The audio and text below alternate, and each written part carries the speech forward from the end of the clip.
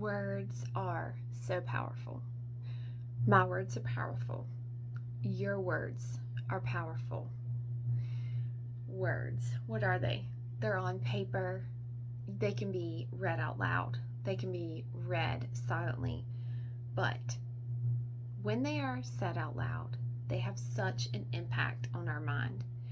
And the words that we say out loud can totally change the way our minds think.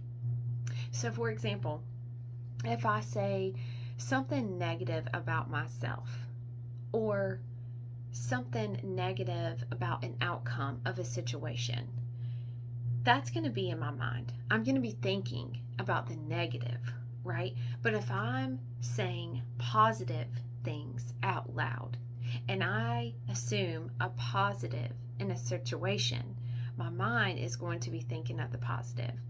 So if you have a teenager or you've been in that situation before where your teenager is out past curfew, your mind can immediately go to the negative, right? Like, I think that's our human instinct, is just to go to, oh my gosh, they could be in a car accident. Oh my gosh, what if they're hurt? What if they're on the side of the road?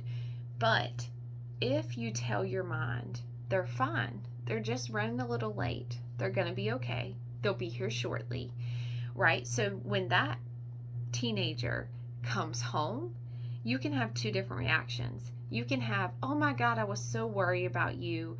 Where have you been? Are you okay? I was worried sick. And you can literally make yourself sick based off of your thoughts and the words that you may have said out loud.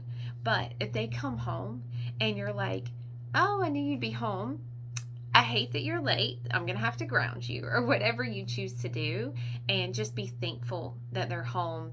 Glad you're here. Give them a hug, that kind of thing. Your reaction. Just think of those two reactions and how different they would be, right? And so I just want you to know that your words are so powerful.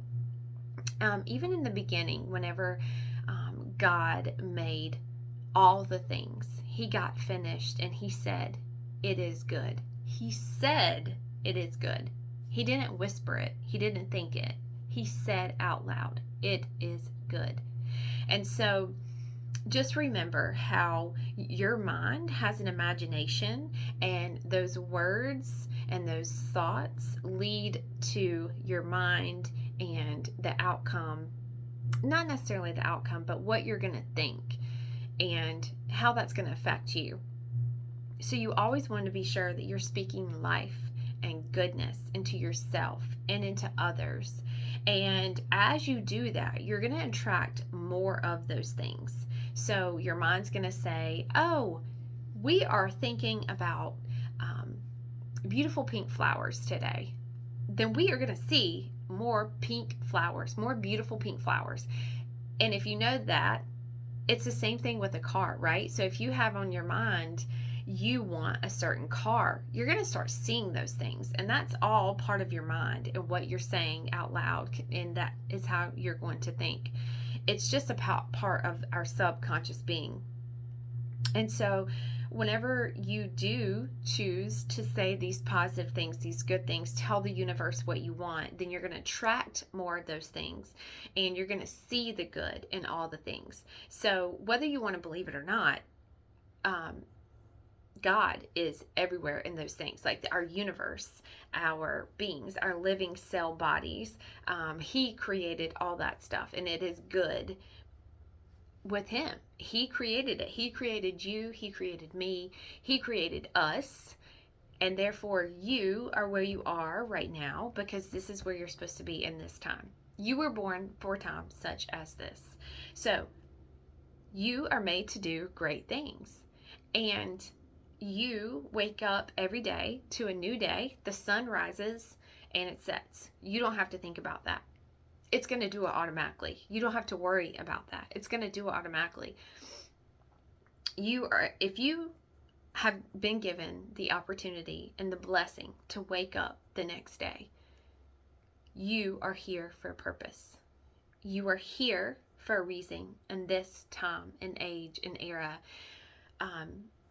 To think that we could have been born at a different time in a different era is so mind-blowing. But because we're here right now, in the now, you still have a purpose to fulfill. You still have a story to tell. Your book is not finished. And because he made you, because he is so great, he does not ask for anything in return from you. He gives us the option to worship him and to praise him and to thank him. Many times in the Bible it says that people sang, his people sang with joy. They sang with thanksgiving. And then again, we go back to those words that we say out loud. I mean, you know as well as I do, whenever you turn on music, it gives you a feeling. Music, depending on what type of music it is, it gives you a feeling of goodness. If you're feeling sad, you might want to listen to something that's going to bring you more upbeat.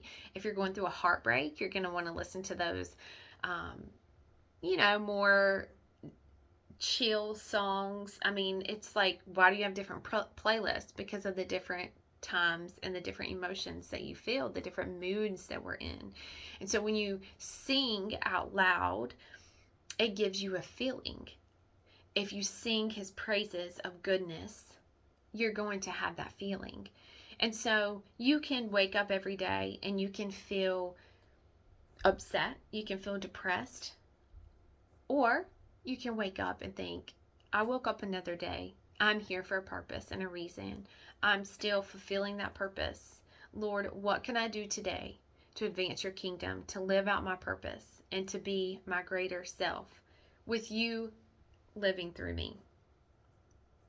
So I hope this encourages you to speak goodness and speak life into your life, into other people's life around you, to try and say out loud the good things. So, because when you say it, your brain is going to hear it and you're going to think those things. So, be blessed, friends, and I'll talk to you next time.